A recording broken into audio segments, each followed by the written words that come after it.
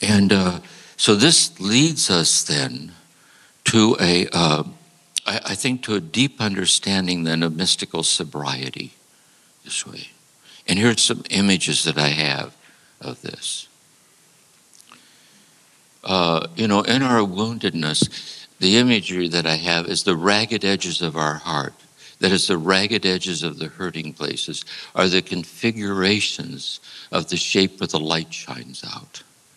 There's a kind of a poignant intimacy where the vulnerable hurting places are the very configurations of the grace that's transforming you in the midst of the hurting places. Does that make sense in a way? That's the intimacy of the light this way. For all of us, it's like this, just be able to see that this way.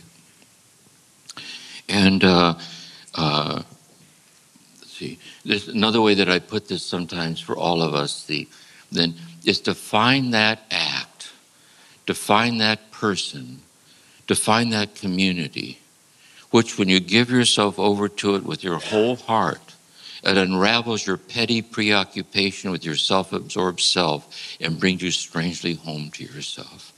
See? It will not allow you to live in your compromised state.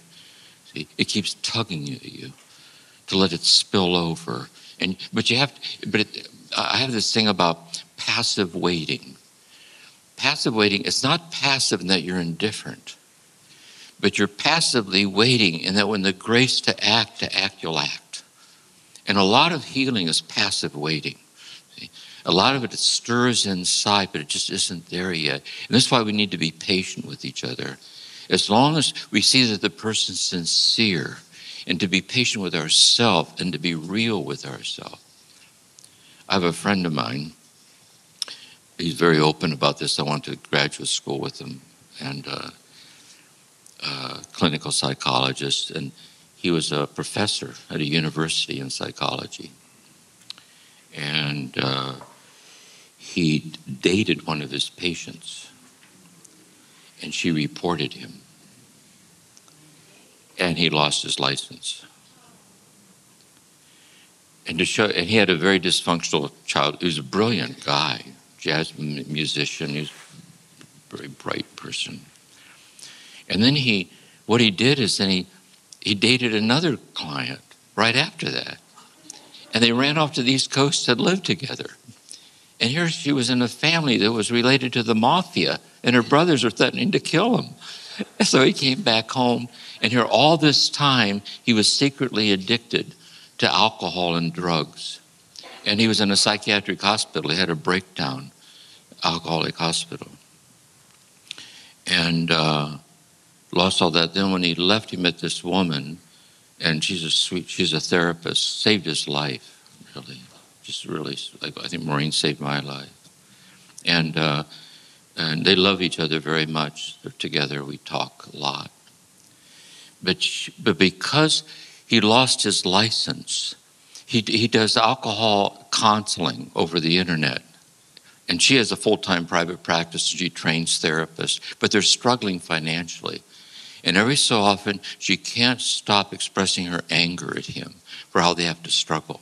How are we going to pay the mortgage? And it's so important for him, he told me, we talk about this a lot, to listen to her anger. Because listening to her anger is the truth, and listening to her anger is love. And it's important for her to express her anger because that's the truth of herself. I always think about with Maureen compared with, there's a certain kind of anger where the person's anger, but the other shoe never hits the floor. They never say the cruel thing. There's a big difference this way. Anger, the God-given emotion that restores the anger. So it's the holiness of anger. It has to sift itself out. And this gives us a sense of that with ourselves. Whatever your favorite ritual is of compromising yourself, you have yours. We could all share stories this way. We're all in this together. And how is that wounded place our teacher? St. Paul says he had a thorn in the flesh. He asked God he didn't tell us what it was. And God said, leave it there, because that's where you depend on me to be infinitely in love with you in your brokenness. And that's why the unresolved thing you can't get past is your teacher, because that's the preciousness of yourself. See, that's the trouble with the ego like this. We keep saying to God, am I holy enough yet? Am I holy enough yet? Am I holy enough yet? I'm working on it. It's not to make God sit on a stone somewhere and weep. Seriously. See? And that's what compassion is. See, the Buddha, compassion is the body of emptiness. It's endless tender-heartedness. There's that in us that sees this, and there's that in us that doesn't see it yet. And we're to be endlessly tender-hearted toward that doesn't see it yet, because that's our teacher this way. And we're all in this together, because each of us is endless variations of being infinitely love broken people, and it makes community possible this way.